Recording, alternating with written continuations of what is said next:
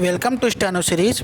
यहाँ आपको 80 शब्द प्रति मिनट के हिंदी डिक्टेशन बोले जाते हैं जो आपके आने वाले एग्जाम्स स्टेनो 333, 1224 पोस्ट के साथ साथ SSC, Bihar steno, Rajasthan steno और उत्तर प्रदेश पुलिस के अंतर्गत आने वाले हिंदी आशुलिपि के पदों के लिए बहुत ही महत्वपूर्ण है। डिक्टेशन पाने के लिए चैनल को सब्सक्राइब करिए। डिक्टेशन अच्छी लगे तो उसे लाइक करिए और अपने दोस्तों के साथ भी इसे ज़रूर शेयर करिए, जिससे हमें उत्साह मिले। जितने ज़्यादा लोग हमसे जुड़ सकेंगे उतने ज़्यादा ही हमें डिक्टेशन बोलने में आनंद आएगा। डिक्टेशन स्टार्ट होगा 5 सेकंड बाद।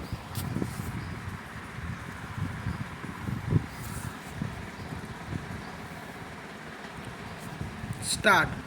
पश्चिम एशिया में संघर्ष की जो आग लगी है उसकी आँच से भारत भी कुछ तपने लगा है।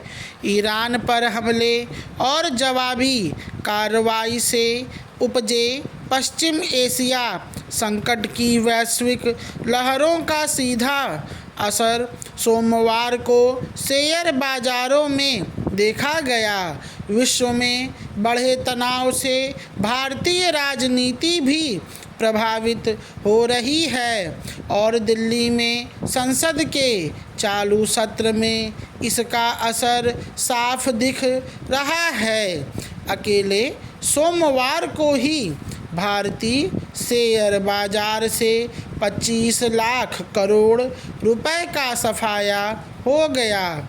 यह भारतीय शेयर बाजार में पिछले 6 वर्षों में हुई सबसे बड़ी गिरावट है। वैसे शेयर बाजार 28 फरवरी से ही मुश्किल में है। बॉम्बे स्टॉक एक्सचेंज में 3% अर्थात 2500 अंकों से अधिक गिरावट दर्ज हुई है। आगे स्थिति क्या रहेगी कहना मुश्किल है। केंद्र सरकार को प्रयास करने होंगे ताकि बाजार में हो रही गिरावट को थामा जा सके। सरकार को आर्थिक पैकेज पर विचार शुरू कर देना चाहिए। यह अच्छी बात है कि भारत का विदेशी मुद्रा भंडार रिकॉर्ड ऊंचाई पर है और यह सरकार के लिए बड़ी ताकत है। विश्व व्यवस्था में तनाव बढ़ता गया तो विदेशी निवेशकों की भारत से दूरी बढ़ेगी। इसका असर अर्थव्यवस्था पर पड़ना तय है। पश्चिम एशिया में बढ़ते संघर्ष से सबसे पहली चिंता यह उपजी है कि युद्ध की वजह से आपूर्ति श्रृंखला टूटने लगी है। खासकर तेल और गैस की आपूर्ति प्रभावित हुई है, जिसका असर कीमतों पर पड़ने लगा है। यह बहुत अफसोस की बात है कि संघर्ष में शामिल देश तेल डिपो, तेल संयंत्रों पर भी हमले कर रहे हैं। संयुक्त अरब अमीरात, बहरीन, कतर, ओमान जैसे महत्वपूर्ण देशों से तेल की आपूर्ति प्रभावित हुई है। ड्रोन हमलों की वजह से पूरा तेल उद्योग चिंता में है।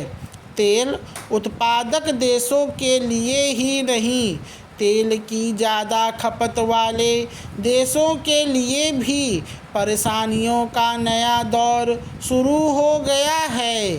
भारत सरकार को ध्यान रखना होगा कि देश में तेल या गैस की कमी न होने पाए।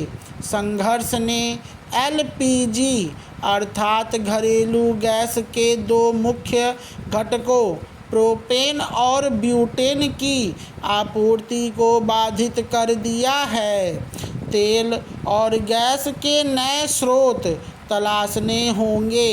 रूस की मदद लेने से हमें हिचकाना नहीं चाहिए और अपने हित को सबसे ऊपर रखते हुए फैसले लेने चाहिए। भारत एक बड़ी आबादी वाला देश है और यहाँ सरकार को ज़्यादा सजग रहना होगा ताकि महंगाई को काबू में रखा जा सके।